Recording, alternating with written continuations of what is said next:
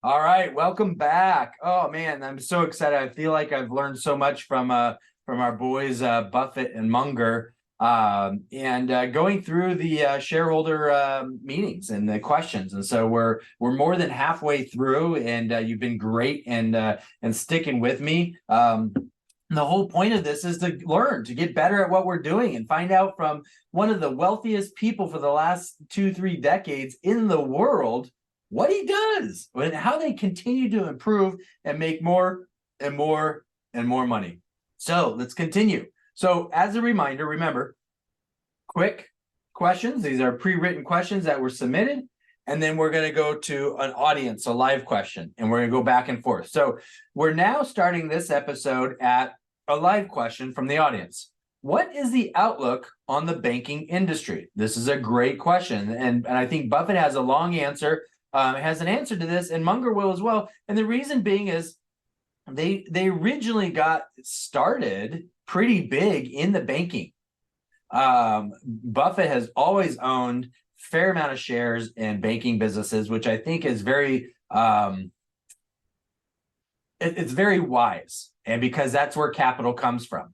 Okay, and one of Munger's first ads to the partnership was Westcom, which is a bank in Southern California, and they've continued to own shares of banks throughout the years. And so the key with Buffett and Berkshire Hathaway is access to capital.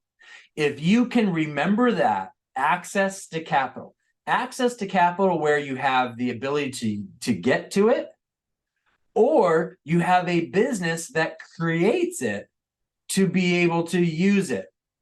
That is what cash flow is. There is no other benefit. There is nothing more important to a business than the flow of cash, which is what capital is. Okay. So, as a business owner yourself, you need to have access to capital. Okay. You need to have that so your cash flow can continue to flow. All right. So, Buffett answers that. Fear is contagious always. We could just drop the mic right there, right? That's the whole point of my podcast. That's the whole point of my YouTube channel. The whole point of what I do in my business model is to limit fear. Let's look at logic and then let the logic generate the emotions, not the emotions dictate logic. That doesn't happen. That's an oxymoron. Okay. So fear is contagious always. Historically, sometimes the fear was justified and sometimes it wasn't. My dad lost his job in 1931 because of a bank run. If you saw people lining up at a bank, the proper response was to get in line. We did something enormously sensible when we set up the FDIC in 1934. As many as 2,000 banks had failed in 1 year after World War I. Although there is a debt ceiling, it's going to get changed. Although there is a 250,000 limit on FDIC, the U.S. government and the American public have no interest in having a bank fail and have deposits actually lost by people. No one wants to take up my $1 million bet on whether the public will lose money if they have a demand deposit at a bank, no matter the size. We keep our money in cash and treasury bills at Berkshire because we keep $128 billion at the end of the first quarter. What did I say? Access to capital. We're $128 billion. Okay. Today, if you press a button, you don't have to get in line and wait for days and have the teller counting out your money slowly. You are going to have a run on a few seconds. First Republic was offering non-government guaranteed mortgages in jumbo amounts at fixed rates, sometimes for 10 years before they changed to floating. The CEO gets the bank in trouble. Both the CEO and the directors should suffer. The stockholders of the future should not suffer. They didn't do anything. Well, they didn't do anything other than invest in a bank where the CEO allowed those types of loans, right? To your point, Mr. Buffett, know the business and what the business is doing. And so now if that information is not readily public, then yes, You're correct. And maybe it's not. I don't know. So, Munger, I like it when banks did not do any investment banking. Depositors will not lose money. Stockholders and debt holders, the holding company, should lose money. People have been borrowing on 100% margin with commercial real estate. All right, so there's a few things that he's saying here that I think need clarification. Okay, now, first thing he said is, I liked it when banks didn't do investment banking. There used to be a rule, a regulation that didn't allow banks to go into investment banking. Why? Because if you're a bank, you have access to capital, people's money, and you're putting it at risk in investment banking, whether it's their capital or your company, it's still putting depositors at risk. Period. And if you didn't have that, depositors will not lose money, plain and simple. But stockholders and debt holders, the holding company, should lose money. Okay, so that's what it's saying here, is that people shouldn't be held responsible for the regulations that are allowing banks to go into investing. They should be separate. Okay. Now, the other issue is that people are coming in and borrowing 100% commercial real estate. Now, he says 100% margin with commercial real estate. All he's saying is that, hey, if I'm going to go buy a $3 million building, I'm going to get a loan for $3 million from the bank. And I'm going to find a bank that does it. So the bank puts the real estate as collateral. What does the purchaser of the real estate have as risk? Nothing. If you think about it, all the risk is on the bank. So that causes an issue. And I think that's what Munger is talking about here. All right, let's go to a question by Quick. What do you think of the business models for the big banks as compared to the regional banks? Buffett, if you follow sound banking methods, a bank can be perfectly decent investment. We were going to buy banks until the Bank Holding Company Act of 1970 forced us to divest the one bank we had bought. Banking was more attractive to us than insurance. I've got my own money with the local bank, probably above the FDIC limit. I don't worry about it in the least. We do have a large investment in Bank America. I like the management. I proposed the deal with them. All right. So here's Buffett likes the idea of banks and really wanted to be in banking more than insurance. And here's where it's because with banks, basically you have capital that doesn't exist. It's all based on the Federal Reserve. They dictate what a bank has, if you think about it, which it's made up money. It's printed money. It's magic. Which, when you're somebody who wants access to capital to put into good businesses to create capital, I can see why you want banks. It makes sense as the structure and the design of a bank. And you have depositors that give you money, you hold on to it, and you have access to getting money, then I can see that. But what I like about insurance, and I think what Buffett has learned to like about insurance and has done a very, very great job of it, is there is a purpose to it. The risk is calculated based on events that typically are calculated. So, auto insurance. There is more data on auto insurance, the type and age and gender of a driver and a car, than any other data. So you can predict pretty clearly what your risk is going to be. Makes sense. That's insurance. Now, with insurance, you don't have to pay out.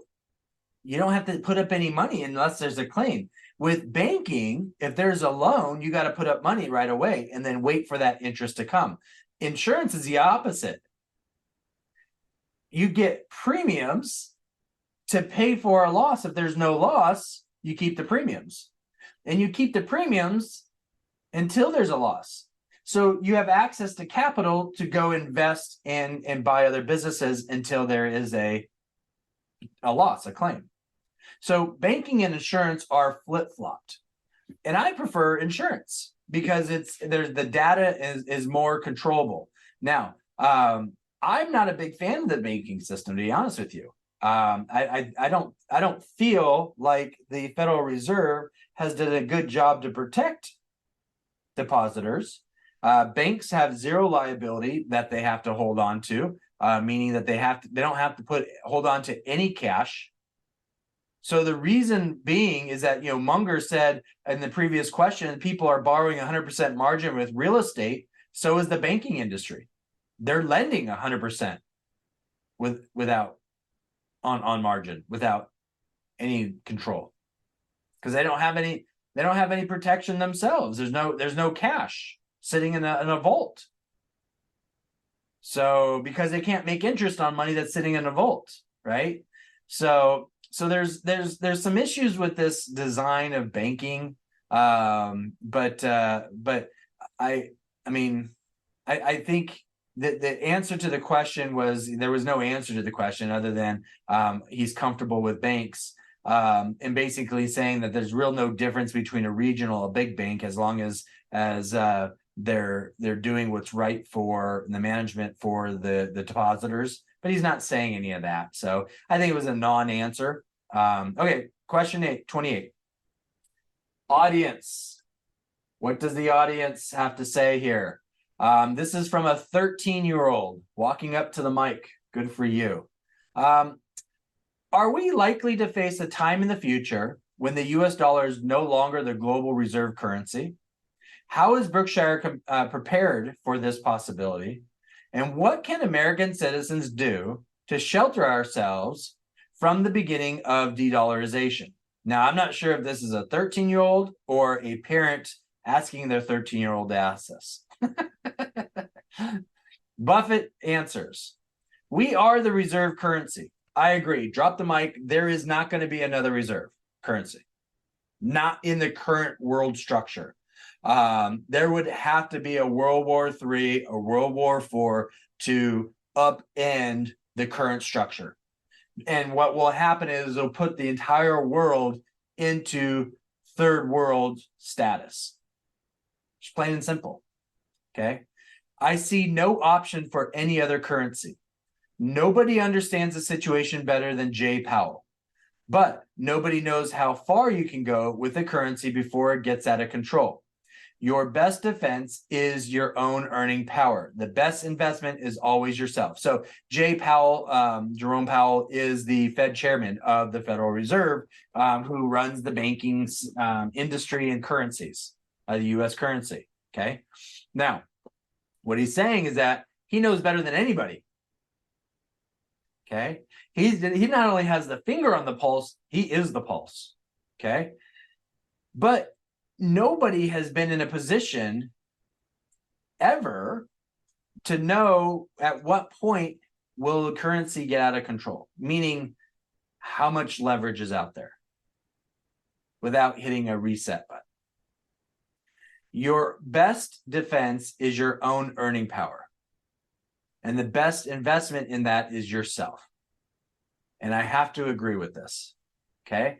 So if you haven't heard some of my episodes on or have gone to my YouTube channel talking about de-dollarization, I think it's a hoax, to be honest with you. I think it is a distraction, a trend to create fear. The reality is that having a reserve currency that is based on a country that is completely transparent and fluid like the U.S., there's none like it, and that's why he said we are the reserve currency. There is no second place. There is no second place. There is us or third world status for all of us. Plain and simple.